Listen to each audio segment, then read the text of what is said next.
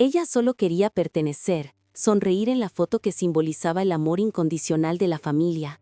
Pero en lugar de una invitación, recibió un texto brutal de su propia hermana. No vengas, arruinarás el estilo. Ese mensaje no solo la paralizó en medio de su sala de estar, sino que encendió una llama fría de determinación que pronto consumiría las expectativas de todos. La luz de la tarde filtrándose por las persianas proyectaba barras desiguales sobre la alfombra color beige, un detalle que Amelia Hayes, de 24 años, notó solo porque estaba absolutamente inmóvil, con la mirada fija en la pantalla de su teléfono. Llevaba una hora tratando de encajar su personalidad en el vestido que su madre le había sugerido, un modelo de terciopelo borgoña que picaba ligeramente y que parecía diseñado para una mujer que nunca había tenido que preocuparse por la pintura al óleo o las manchas de café en su ropa. La ansiedad le apretaba el estómago. Hoy era el día de la temida foto familiar de otoño, el evento anual que los Hayes usaban para reafirmar su estatus de éxito inmaculado en su vecindario suburbano de Connecticut. Para Amelia, hija de un respetado abogado corporativo y una diseñadora de interiores obsesionada con la imagen, la vida siempre había sido una serie de comparaciones desfavorables. Ella era la variable que no encajaba. Mientras su hermana mayor Victoria, de 28 años, había navegado por la universidad con honores, asegurado un trabajo en una firma de abogados de Manhattan y se había comprometido con Robert, un banquero de inversiones con una sonrisa perfecta y un yate, Amelia había optado por el camino más incierto. Estudió artes visuales y ahora trabajaba a tiempo parcial diseñando gráficos para una boutique de ropa vintage en New Haven, un trabajo que sus padres describían, con un tono condescendiente, como interesante o una fase transitoria. Victoria, por otro lado, era la encarnación del éxito que los Hayes promovían, impecable, ambiciosa y con un gusto que dictaba las tendencias, no solo las seguía. La foto de este año era particularmente importante para Victoria. Ella y Robert estaban financiando una renovación masiva de su casa colonial y necesitaban una foto perfecta para el anuncio de Navidad. La tarjeta, que de manera sutil pero efectiva, mostraba a todos que los Hayes no solo estaban bien, sino que estaban ascendiendo. El tema de la foto de este año, insistió Victoria en el chat familiar, era elegancia otoñal en tonos joya. Amelia había pasado la mañana tratando de encontrar un accesorio que la hiciera sentir menos como una impostora y más como la Amelia real, la que prefería los mercados de pulgas a los centros comerciales de lujo. Finalmente, se había resignado a ponerse un collar de ámbar que suavizaba la rigidez del vestido de terciopelo. Mientras se miraba en el espejo, ajustando el collar y sintiéndose razonablemente presentable, su teléfono vibró en la mesita de noche. Era un mensaje de Victoria. El corazón de Amelia dio un salto incómodo. Normalmente, los mensajes de Victoria eran órdenes logísticas. No llegues tarde, asegúrate de estacionar en la calle B o mamá quiere que traigas el buen vino. Abrió el chat con un suspiro. Esperaba un recordatorio sobre la puntualidad o la postura. Lo que leyó la hizo soltar el collar. El mensaje era corto, frío, quirúrgico. Victoria 1615. Oye, sé que te molesta esto, pero Robert y yo hemos decidido que esta foto será súper cohesiva. Piensa en alta costura. Tu estilo, ya sabes, es un poco demasiado relajado para lo que estamos buscando. No vengas a la sesión de hoy, simplemente arruinarías la estética. La palabra aesthetic, golpeó a Amelia con la fuerza de un puñazo en el plexo solar. No fue solo el rechazo, fue la forma en que lo había enframado, utilizando esa jerga superficial que Victoria manejaba con maestría. No se trataba de ella, de Amelia, la persona, se trataba de su presencia, que era conceptualmente ofensiva para la imagen de marca de la familia. Amelia sintió una extraña mezcla de frío y calor. El calor de la vergüenza le subió al cuello y el frío de la parálisis la recorrió. El terciopelo borgoña se sentía ahora como un sudario. Se quedó allí, de pie en su pequeño apartamento, vestida para una ocasión a la que acababa de ser expulsada. Sus manos temblaban mientras volvía a leer la línea. Simplemente arruinarías la estética. Durante años había justificado las críticas de Victoria como celos profesionales o diferencias de personalidad, pero esto no era una crítica, era una exclusión total, basada en la premisa de que ella era inherentemente inferior, un defecto en el diseño familiar. La primera reacción de Amelia fue el instinto de la súplica. Quería escribir, ¿pero por qué? Llevo el vestido que mamá compró. He tratado de verme formal, pero su dignidad, una pequeña chispa que raramente se le permitía brillar, sofocó la respuesta. Escribirle de vuelta sería confirmar su desesperación y darle a Victoria la satisfacción de ver el efecto de su crueldad. Se sentó pesadamente en el borde de su cama, el teléfono aún encendido, mostrando la cara impasible del mensaje. No pudo evitar que las lágrimas se acumularan, no por el dolor de ser rechazada, eso era familiar, sino por la crudeza del acto. La foto familiar, el símbolo sagrado de la unión incondicional, era solo otra herramienta de marketing para Victoria, y Amelia era el elemento disfuncional que debía ser editado. En la cultura de los Hayes, donde la meritocracia se medía en logros visibles y el valor personal se equiparaba al valor neto, Amelia ya era vista como un riesgo de estilo. Estaba luchando con los pagos de su préstamo estudiantil de la escuela de arte, conducía un coche viejo y no tenía un título que impresionara en las cenas. Victoria, con su impecable currículum y su prometido multimillonario, representaba la cima del éxito americano. Amelia, con sus lienzos y su ropa de segunda mano, era el recordatorio persistente de que la perfección no era absoluta. La parálisis inicial comenzó a ceder. Una sensación diferente, más dura, comenzó a reemplazar la vergüenza. Era ira, pero no la ira explosiva que uno siente ante una pelea, sino una ira fría y contenida, destilada por años de sentirse inadecuada. Victoria no solo había arruinado su tarde, había borrado su lugar en la narrativa familiar. Amelia se levantó y se acercó al espejo, no para ajustar su ropa, sino para mirarse realmente. Vio el vestido borgoña, la versión de ella que la familia esperaba, y sintió repulsión. Si iba a ser considerada un error estético, ¿por qué molestarse en intentar encajar? ¿Por qué seguir jugando un papel en un guión escrito por otros? Observó el collar de ámbar que contrastaba con el terciopelo. En un movimiento repentino y liberador, se quitó el vestido de terciopelo. Lo dejó caer al suelo, donde se amontonó como un recuerdo patético de su intento de complacer. Luego, con una calma espeluznante, Amelia se dirigió a su armario. No buscó el look demasiado relajado que Victoria había temido. Buscó algo más profundo, algo que representara el rechazo que acababa de sufrir. Mientras se vestía con su propia ropa, unos jeans perfectamente gastados, una chaqueta de cuero desgastada que había comprado en un mercado de Chicago y un par de botas que gritaban desafío, la idea se formó en su mente. Victoria creía que ella había ganado, que al excluir a Amelia, la imagen familiar quedaba asegurada. Se equivocaba. La familia Hayes valoraba la imagen por encima de todo, y la única cosa que podía destrozar la estética familiar más que Amelia asistiendo, era Amelia desapareciendo de la manera más espectacular posible. Si la estaban borrando de la foto, ella se borraría de sus vidas, pero no sin antes asegurarse de que la ausencia fuera tan ruidosa que resonara en todo Connecticut. Miró el mensaje de Victoria una última vez, y en lugar de llorar o suplicar, una sonrisa lenta y peligrosa se extendió por su rostro. La Amelia que se vestía para agradar había muerto en ese momento. Una nueva Amelia, fortalecida por el dolor y lista para la transformación, estaba despertando. Victoria había querido un estilo. Amelia le daría un drama que ninguna edición de Photoshop podría arreglar. El juego de las apariencias de los Hayes acababa de terminar, y Amelia, la paria, estaba a punto de reescribir las reglas. La foto familiar se celebraría sin ella, pero pronto todo el mundo se preguntaría ¿dónde está Amelia?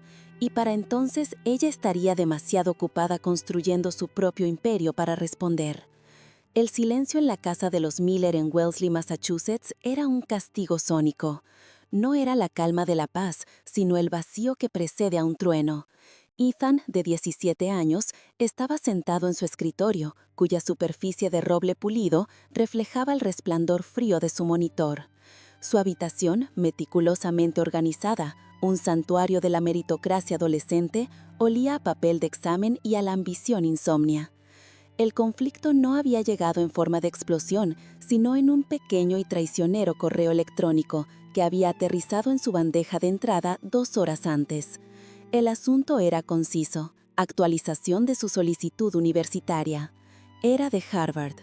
Ethan había pasado la última semana en un estado de pánico suspendido, ingiriendo cafeína a niveles peligrosos y releyendo obsesivamente su ensayo de admisión, el que trataba sobre la importancia de la filantropía y cómo su proyecto de tutoría en Boston había cambiado su perspectiva. Era un ensayo perfecto, calibrado para tocar todas las fibras correctas de la oficina de admisiones. Había sido revisado por 3 tutores privados y su madre, Emma. Sus dedos temblaban sobre el ratón. Él ya sabía el resultado. Había fallado una prueba crucial de AP Cálculos en diciembre. Un desliz que, aunque corregido con notas excepcionales en el segundo semestre, había roto la ilusión de perfección que sus padres exigían. Para Ethan, que mantenía un promedio ponderado de 4.6 y había sido capitán del equipo de debate, el fracaso no era una opción, era una traición. El sonido de la puerta principal cerrándose abajo rompió la quietud. Robert Miller, su padre, estaba en casa. Robert no era un hombre que gritara. El desprecio sutil era su arma preferida. Como abogado corporativo en Boston, su vida era una sinfonía de decisiones calculadas y resultados cuantificables. La excelencia de Ethan era su inversión más preciada. Ethan se enderezó, la espalda recta como un soldado esperando la ejecución. Intentó inútilmente cerrar la ventana del correo, pero la anticipación lo paralizó. El sobre digital de Harvard se sentía como un ancla de plomo. Robert subió las escaleras. Su paso era pesado, deliberado. Entró en la habitación de Ethan sin llamar, un hábito que siempre le había parecido una invasión de la privacidad. Robert llevaba un traje Brooks Brothers impecable. Incluso después de 12 horas de negociaciones, parecía recién salido de la tintorería. ¿Y bien? Robert no usó el nombre de Ethan. La pregunta colgaba en el aire, pesada, exigiendo una respuesta que ya conocía. La tensión entre ellos era tan densa que casi se podía saborear, como el aire frío del invierno de Massachusetts. Ethan tragó saliva, sus ojos fijos en la pantalla. Llegó el correo de Early Decision, susurró. Robert caminó lentamente hacia el escritorio. Sus ojos eran fríos, del color del hielo recién formado en el río Charles. Ábrelo, Ethan. No tenemos tiempo para este drama.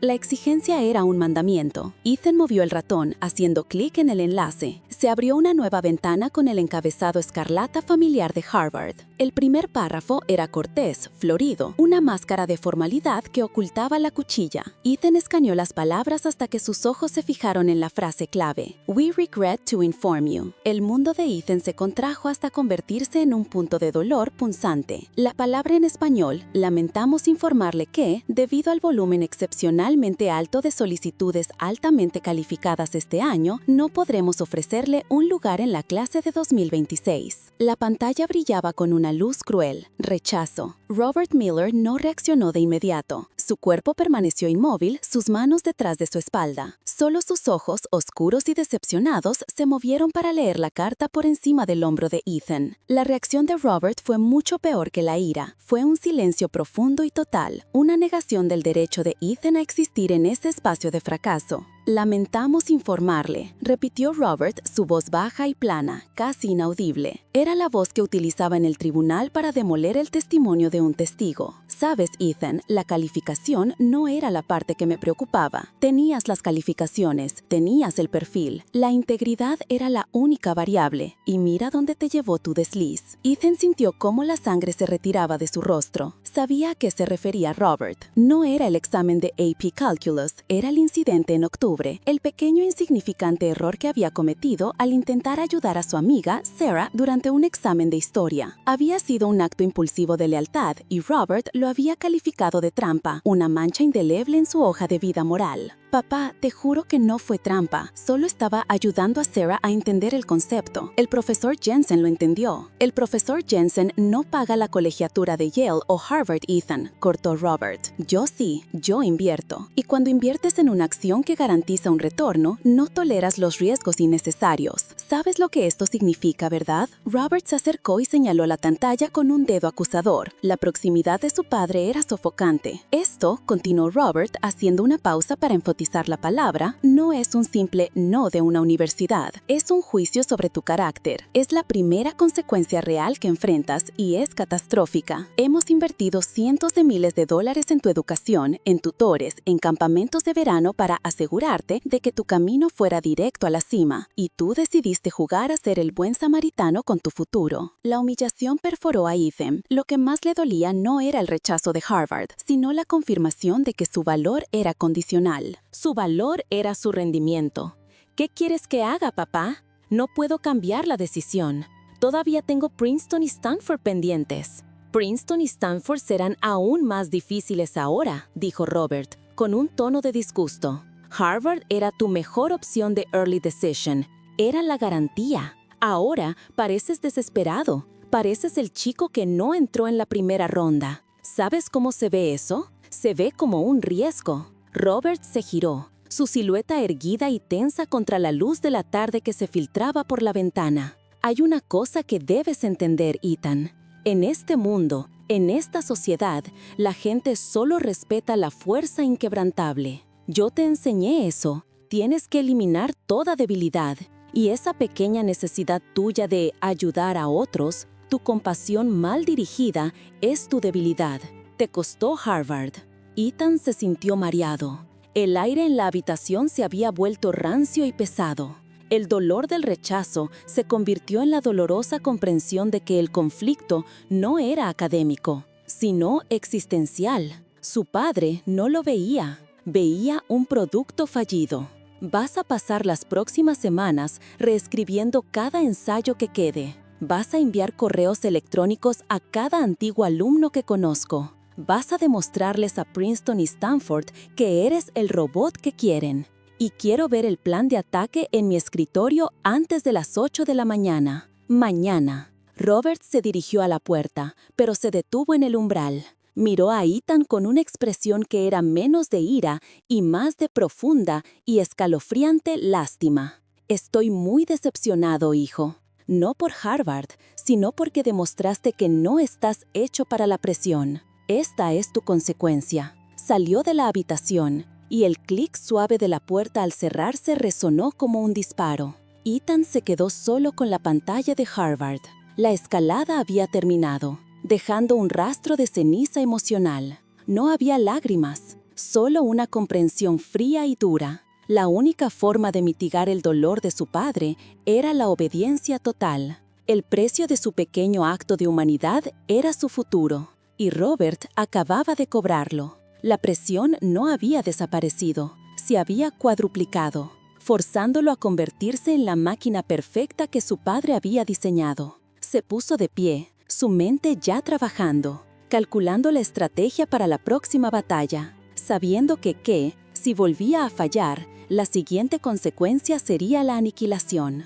La luz fluorescente de la oficina del abogado, ubicada en el piso 42 de un rascacielos en el distrito financiero de San Francisco, no hacía nada para disipar la neblina que se había instalado en la mente de Ethan. Había pasado de ser el joven prodigio, el CEO de una startup valorada en $100 millones, a ser un demandado en un pleito de alto perfil, todo en menos de 72 horas. El abogado, el señor Thompson, un hombre con un traje Armani que costaba más que el alquiler anual de Ethan, se inclinó sobre la mesa de caoba, susurrando cifras que sonaban a epitafios. «Ethan, tienes que aceptar la realidad», dijo Thompson, su voz grave y carente de emoción. Robert y Caldwell actuaron de manera impecable, legalmente hablando. El acuerdo de la Serie B era claro respecto a la dilución de acciones preferentes si no cumplías con los hitos de escalabilidad.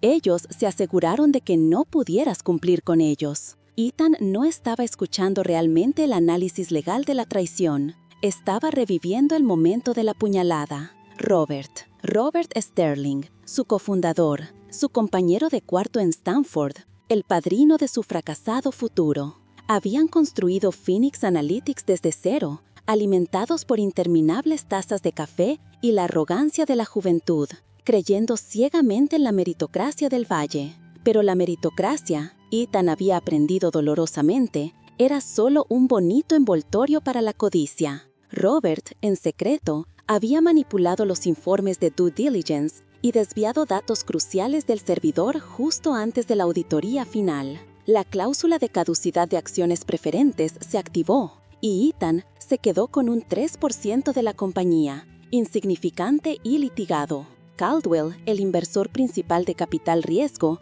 se había llevado la propiedad intelectual que Ethan había desarrollado durante 3 años de trabajo incesante, respaldado por la firma de Robert en los nuevos acuerdos. «No se trata solo del dinero, Thompson», musitó Ethan, con la garganta seca. «Se trata de lo que creí que estábamos construyendo. Era la promesa». Thompson se encogió de hombros, un gesto de desdén aprendido. La promesa en Silicon Valley es que el que llega primero gana. En este caso, el que traiciona más limpio gana. Tienes suerte si sales de esto sin deberle dinero a los abogados.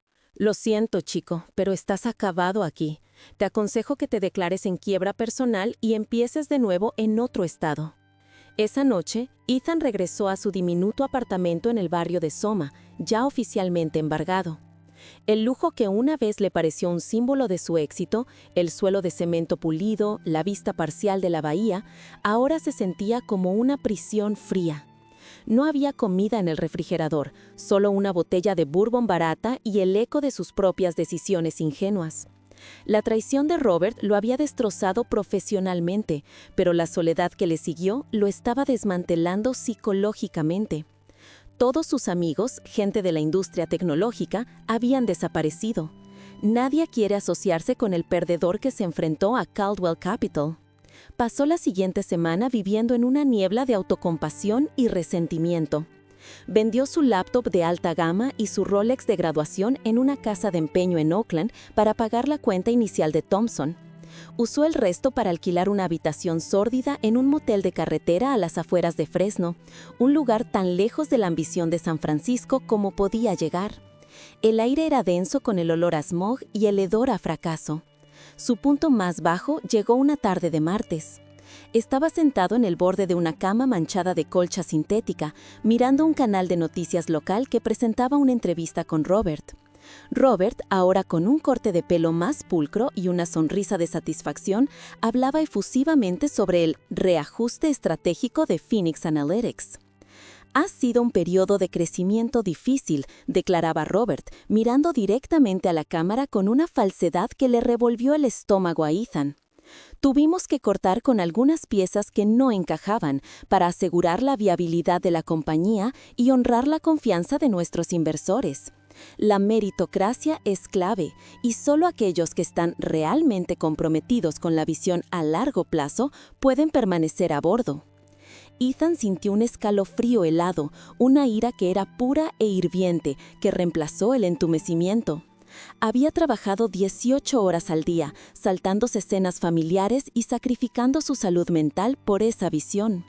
Y ahora Robert, citando la misma palabra sagrada, meritocracia, que siempre habían defendido, estaba lavando su imagen mientras lo destrozaba. En un arrebato de frustración, Ethan lanzó la taza de café barata contra la pared, dejando una marca oscura en el papel tapiz despegado. Se desplomó sobre la alfombra raída, sintiendo el peso de la pérdida total. No solo había perdido la compañía y su fortuna, había perdido su fe en el sistema, en la amistad y, lo peor de todo, en su propio juicio. Era un fracaso. El niño que había creído en el sueño americano de «si trabajas duro lo lograrás», había sido brutalmente despertado. Mientras buscaba a tientas un cigarrillo en el bolsillo interior de su chaqueta, sintió algo duro y rectangular. Era una tarjeta doblada que su abuela, Nana Eleanor, le había dado en su cumpleaños número 18. Había olvidado completamente que la tenía.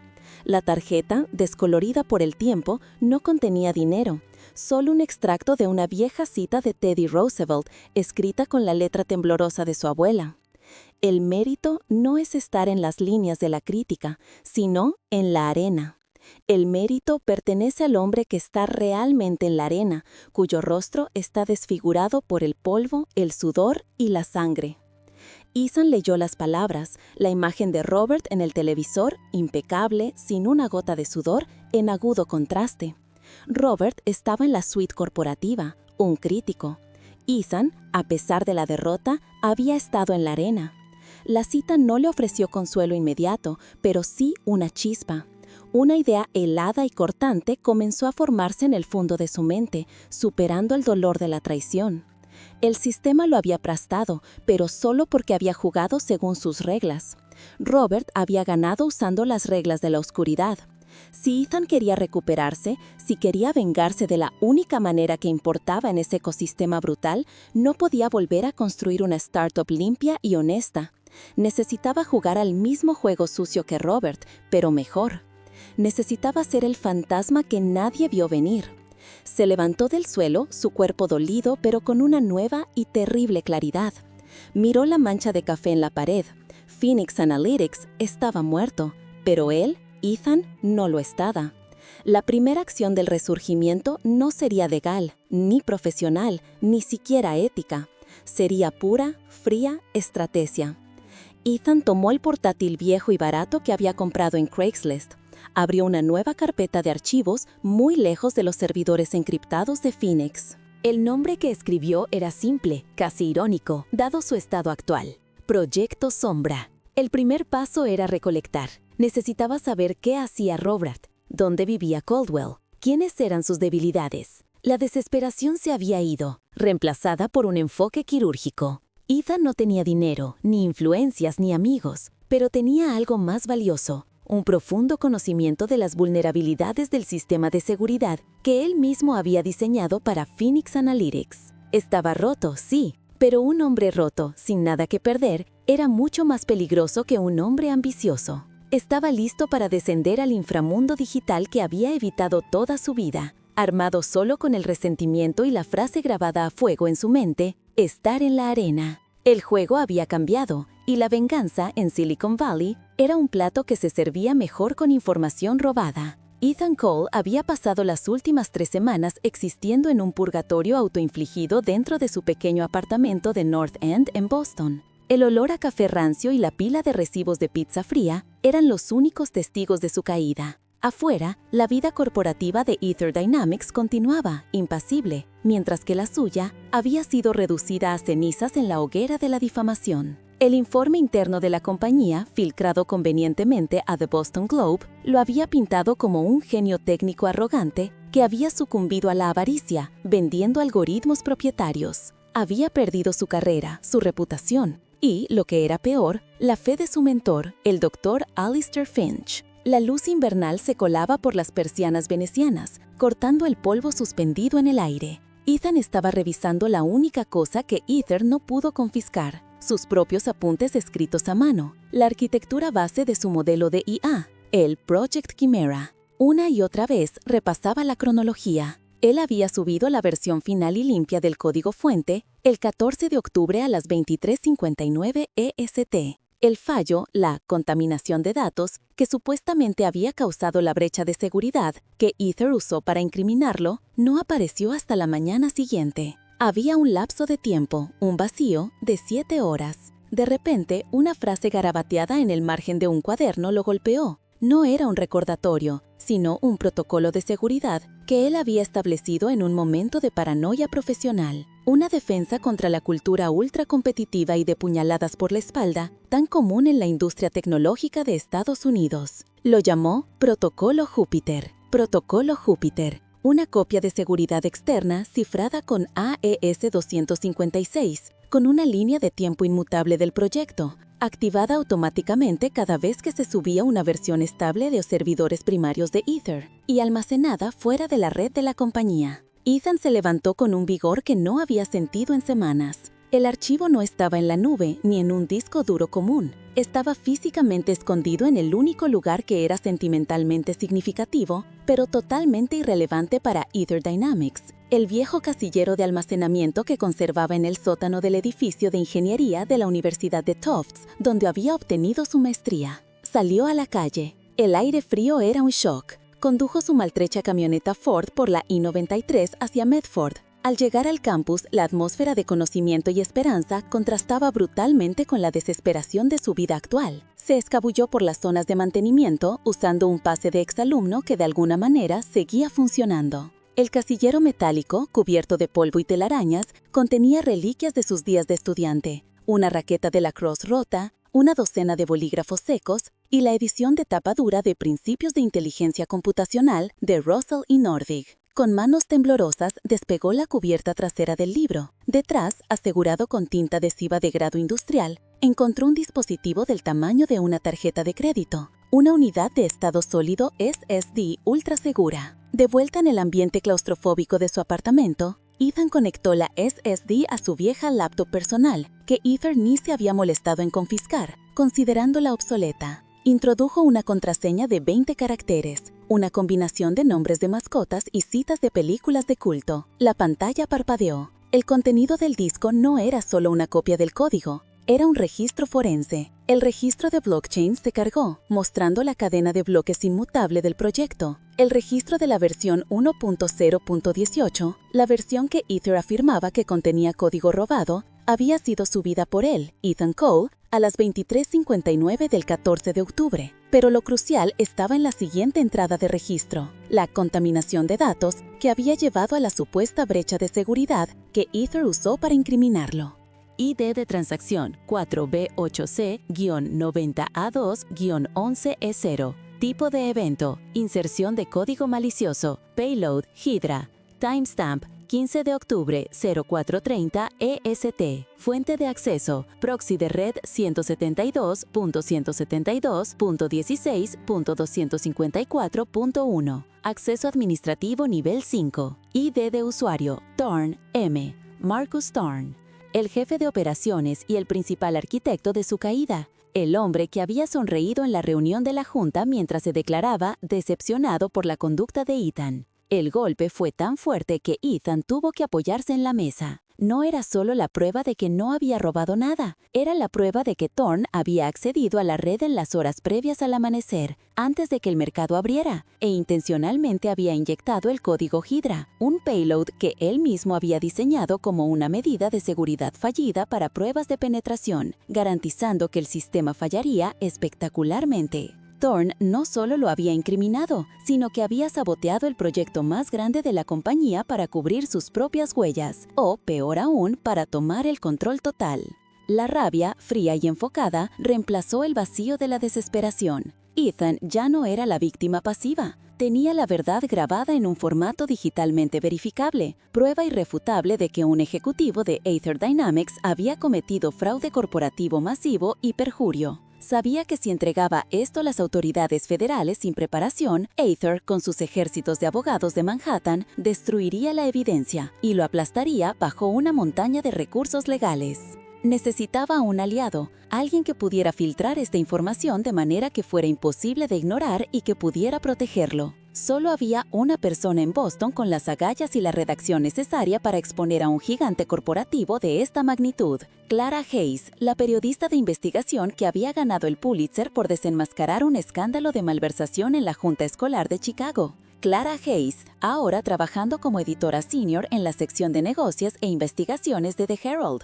Ethan desbloqueó su teléfono, dudando solo un instante. Este era el punto de inflexión. Si este movimiento fallaba, iría a prisión por el resto de su vida. Si tenía éxito, recuperaría su nombre y destruiría a Marcus Thorn. Buscó el número de Clara, un contacto que había guardado hacía años en caso de una catástrofe corporativa. El tono sonó 2 veces. «Diga, soy Clara Hayes», dijo una voz brusca y profesional al otro lado de la línea. Ethan tomó una respiración profunda, sintiendo la adrenalina bombear a través de sus venas. «Señorita Hayes, mi nombre es Ethan Cole. Necesito que escuche algo muy cuidadosamente. Tengo pruebas irrefutables del sabotaje interno en Aether Dynamics, algo que su abogado corporativo, Marcus Thorn, no quiere que nadie sepa. Esto es más grande que Enron». Hubo un silencio palpable al otro lado de la línea, la clase de pausa que solo una periodista experimentada usa para sopesar el riesgo frente a la primicia. ¿Pruebas o rumores, señor Cole?,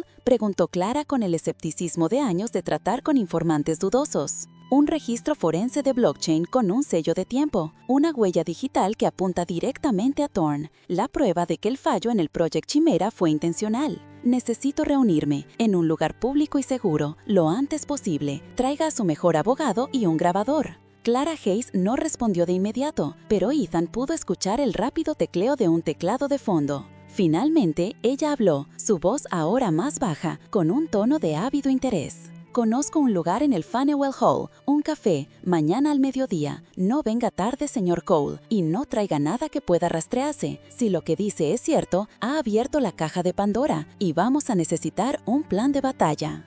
Julian sintió el frío del mármol bajo las suelas de sus caros zapatos mientras cruzaba la alfombra persa que llevaba al despacho de la doctora Eleanor Vance, en el piso 42 de la Torre de Cristal. El sol de la mañana se reflejaba en el skyline de Nueva York, creando un contraste brutal entre la belleza indiferente de la ciudad y el nudo de ansiedad que se le había instalado en el estómago. Este no era un despido ni una dimisión ordinaria, era la confrontación final contra la quimera que lo había consumido durante 10 años. La doctora Vance, vestida con un traje de corte impecable que parecía haber costado más que el primer año de universidad de Julian, no levantó la vista de la tableta. Estaba en la cima de la firma de consultoría más despiadada y prestigiosa de la costa este, y su aura era de poder tranquilo, casi geológico. «Julian», dijo ella, su voz tan pulida como el cristal de la ventana, «esperaba tu informe sobre la fusión de Techstream. El plazo era ayer a medianoche. ¿Hubo algún contratiempo con la adquisición de la propiedad intelectual en Silicon Valley?» Julian se quedó de pie. No se sentó en la silla de cuero, lo que rompió inmediatamente el protocolo no dicho. Él había pasado incontables horas preparando análisis de riesgo, pero nada lo había preparado para la sensación de claridad que tenía en ese momento. Era la misma sensación que un maratonista siente al colapsar después de cruzar la meta. Una mezcla de dolor físico y liberación total. «Doctora Vance», comenzó Julian, y la formalidad sonó pesada, casi sarcástica. «No habrá informe». Eleanor finalmente levantó la vista, sus ojos azules como témpanos de hielo. La sorpresa era mínima, apenas una elevación de una ceja perfectamente depilada. Para ella, esto era un berrinche o una negociación mal ejecutada. «¿Disculpa? Tu carrera aquí está en la cúspide. La semana pasada mencionaste tu ansiedad por convertirte en socio principal. ¿Es esto una jugada, Julian? Si esperas una semana libre después de la presión de los últimos meses, hablemos de compensación, pero no podemos permitirnos una interrupción en este momento crucial». Julian rió, un sonido áspero que resonó en el silencio amortiguado del despacho. «No estoy negociando una semana libre, doctora Vance. Estoy negociando mi vida de vuelta. Y la compensación no es monetaria». Eleanor se reclinó, cruzando las manos sobre la mesa. Su expresión se endureció, pasando de la sorpresa al desdén profesional. «Julian, hemos invertido 10 años en ti, desde tu brillante expediente en Harvard. Tú entendiste las reglas desde el día que firmaste. La meritocracia, el sueño americano, exige un sacrificio. Nosotros te proporcionamos el escenario para convertirte en uno de los hombres más influyentes de este país. ¿Y ahora me dices que estás cansado de trabajar duro?» La palabra meritocracia golpeó a Julian con una fuerza visceral. Era la palabra clave, el dogma, que había justificado cada Nochebuena pasada con una laptop en lugar de con su familia, cada aniversario de bodas de sus padres olvidado, cada vez que le había cancelado a Sarah su cena de cumpleaños en Chicago. «Trabajar duro», repitió Julian, saboreando el cinismo. «Usted llama trabajar duro a dormir 4 horas en la oficina mientras analizamos cómo reducir al 20% de la plantilla de una empresa para maximizar el margen de beneficio de nuestros clientes, los cuales ya son multimillonarios. Usted llama trabajar duro a que mi médico me haya diagnosticado hipertensión arterial a los 32 años. Usted llama trabajar duro a que me perdí la graduación de mi hermana menor en Austin porque un archivo PDF tenía que estar en su bandeja de entrada antes del amanecer». Se acercó al escritorio, apoyándose con ambas manos. Su voz era baja, pero resonaba con una convicción que no había sentido desde que era un idealista estudiante universitario. «Usted usa el mito del esfuerzo individual para justificar la explotación institucional. Usted nos dijo a todos, a mí y a los otros jóvenes brillantes que devoramos cada año, si trabajas más que nadie, si sacrificas todo, lo merecerás». Y lo hice. ¿Y qué merecí? Merecí un apartamento vacío en el West Village que apenas veía, y merecí la sensación constante de que si no respondía a un correo electrónico a las 2 de la mañana, todo mi castillo de naipes se derrumbaría. Eleanor observó sus manos apoyadas en la caoba pulida y luego a Julian. «Estás perdiendo el control emocional, Julian. Esto es inadmisible en un entorno profesional. Si tienes que tomarte una licencia, hazlo, pero no uses la victimización para justificar tu falta de resistencia. No soy una víctima, replicó Julian, levantando la voz un poco más. Soy la prueba viva de que su sistema es defectuoso, no la excepción. No es una falta de resistencia. Es el descubrimiento de que la meta que usted vende no es un éxito, sino una jaula dorada.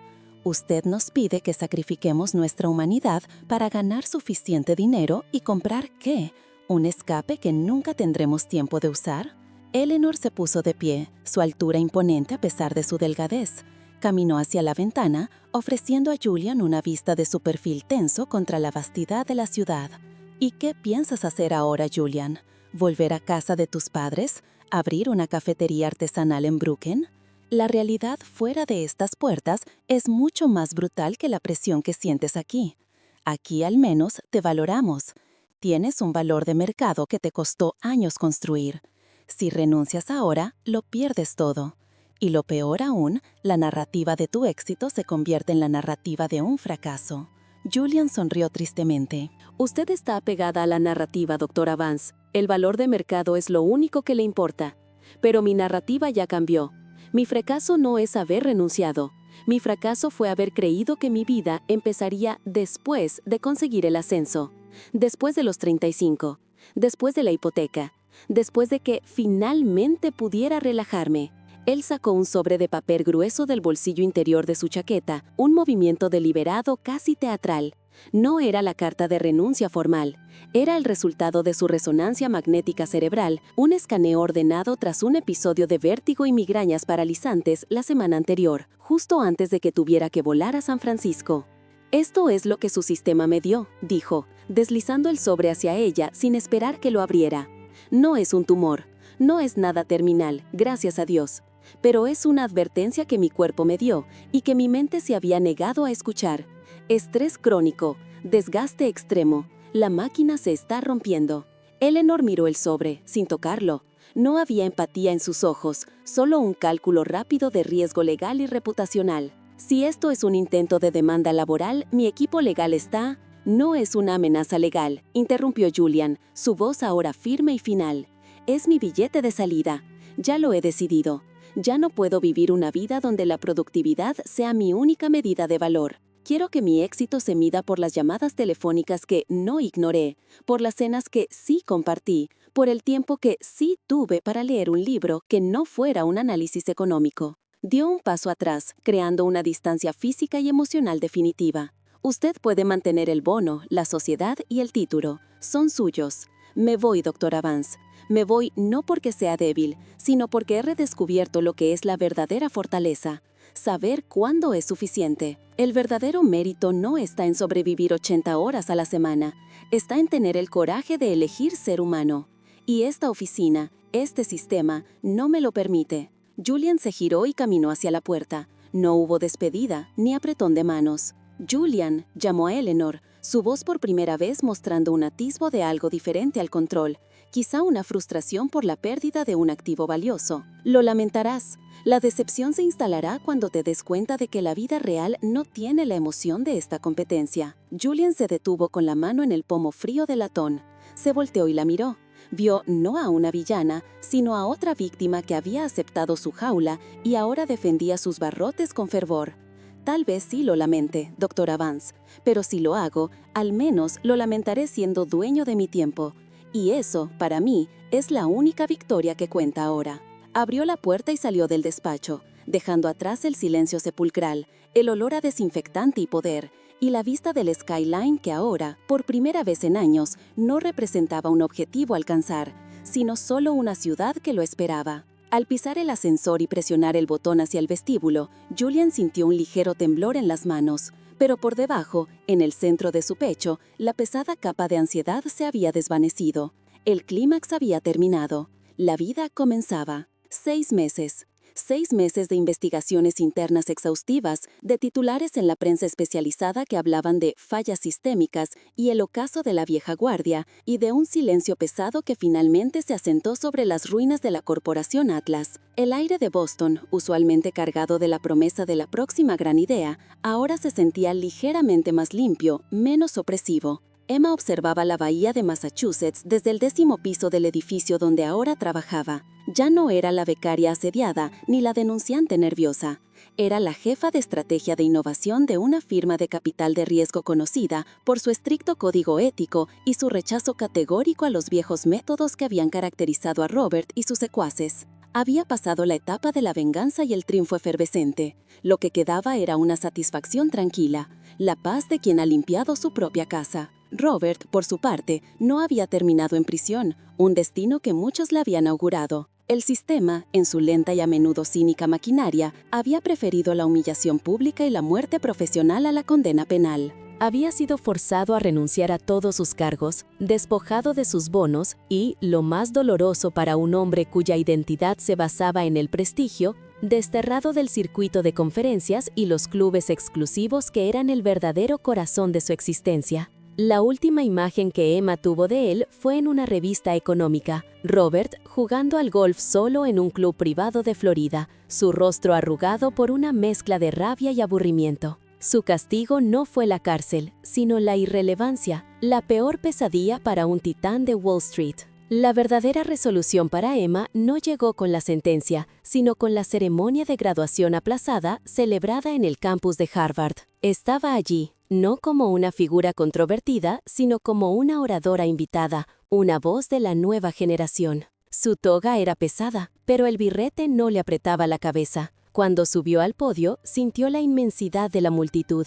Miles de jóvenes, con sus familias sentadas en las sillas plegables del césped, esperando la promesa de un futuro perfecto. Emma se acercó al micrófono, la luz del sol de mayo brillando en su rostro. Mis compañeros de la clase de 2023, comenzó Emma, su voz firme y resonante sin rastro de la duda que la había acompañado durante años. Se nos ha enseñado que el sueño americano es una ecuación simple. Trabajo duro más talento es igual a éxito. Y la mayoría de nosotros creemos fervientemente en la meritocracia, en la idea de que si te lo ganas, lo obtienes. Hizo una pausa, mirando a los rostros jóvenes llenos de esperanza y de una ambición apenas contenida. Pero la historia que he aprendido, la lección que Atlas me enseñó a través de un camino mucho más arduo de lo que esperaba, es esta. La meritocracia no es un sistema, es una creencia. Y como todas las creencias, puede ser manipulada y distorsionada por aquellos que definen las reglas del juego.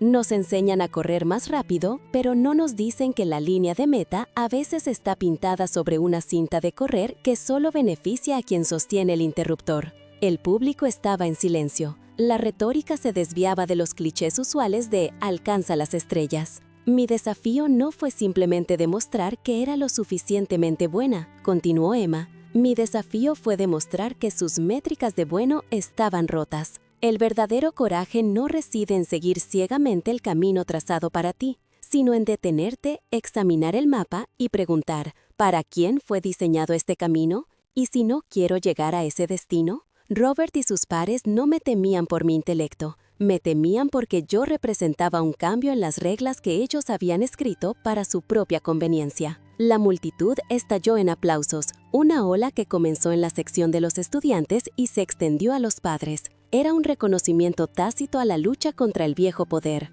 No se trata de derribar el sistema por el simple placer de la destrucción, concluyó Emma, su mirada ahora dirigida a los edificios antiguos que simbolizaban la tradición académica estadounidense. Se trata de reconstruir las bases. Se trata de reconocer que el mérito es real, pero las oportunidades deben ser equitativas. Vayan y construyan sus propios atlas, pero asegúrense de que los cimientos sean lo suficientemente sólidos y transparentes para que el próximo talento que llegue, sin importar su apellido o su escuela, no tenga que luchar para simplemente ser visto. Porque el verdadero éxito no es la acumulación de poder, es la creación de espacio para que otros también puedan respirar y prosperar. Bajó del podio en medio de una ovación de pie, sintiendo el peso de la responsabilidad, pero no de la carga. Esa noche, Emma y su mentor, el Dr. Chen, quien había sido reincorporado con honores, desayunaron en un pequeño restaurante italiano en Cambridge. Chen, un hombre sabio y de pocas palabras, levantó una copa de Chianti.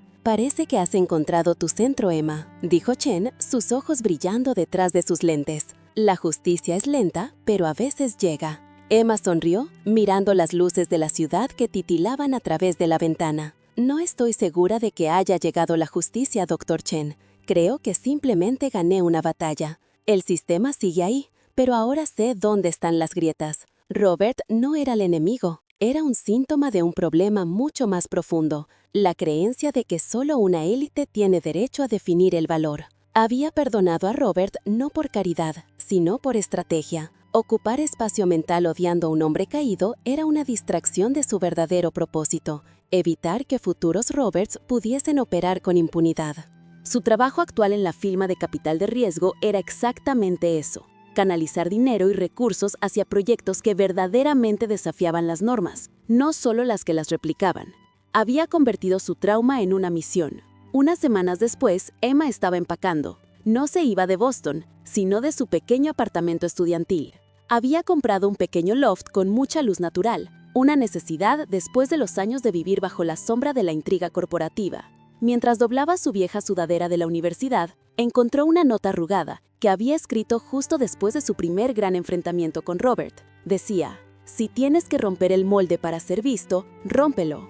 El concepto de la meritocracia había pasado de ser un faro de esperanza a una palabra cautelosa en su vocabulario. Aprendió que la meritocracia pura era un mito en un país con desigualdad de oportunidades. Su nueva moral no era la de la ascensión individual a toda costa, sino la del levantamiento colectivo. Había ascendido, sí, pero su mano estaba tendida hacia abajo, asegurándose de que la escalera estuviera firmemente anclada para los que venían detrás. La mañana de la mudanza, mientras el sol de la mañana bañaba el recién limpiado apartamento, Emma tomó un café para llevar, un cold brew doble, sin azúcar, muy a la moda de la costa este, y miró hacia adelante. El camino no era fácil, aún había trampas y nuevos Roberts que intentarían socavar su trabajo. Pero ahora, Emma sabía cómo jugar. No solo eso, sino que sabía cómo reescribir las reglas. El éxito, comprendió Emma, mientras cerraba la puerta de su pasado, no era alcanzar la cima de una montaña construida por otros, era construir tu propia colina, asegurarte de que fuera accesible para todos, y luego invitar a quien quisiera a subir a ella contigo. El verdadero triunfo no es el poder que tienes sobre otros, sino el poder que tienes para cambiar el mundo a tu alrededor. Y ese poder, ella lo había descubierto, era innegable. La resolución no fue un final, sino un nuevo y poderoso comienzo.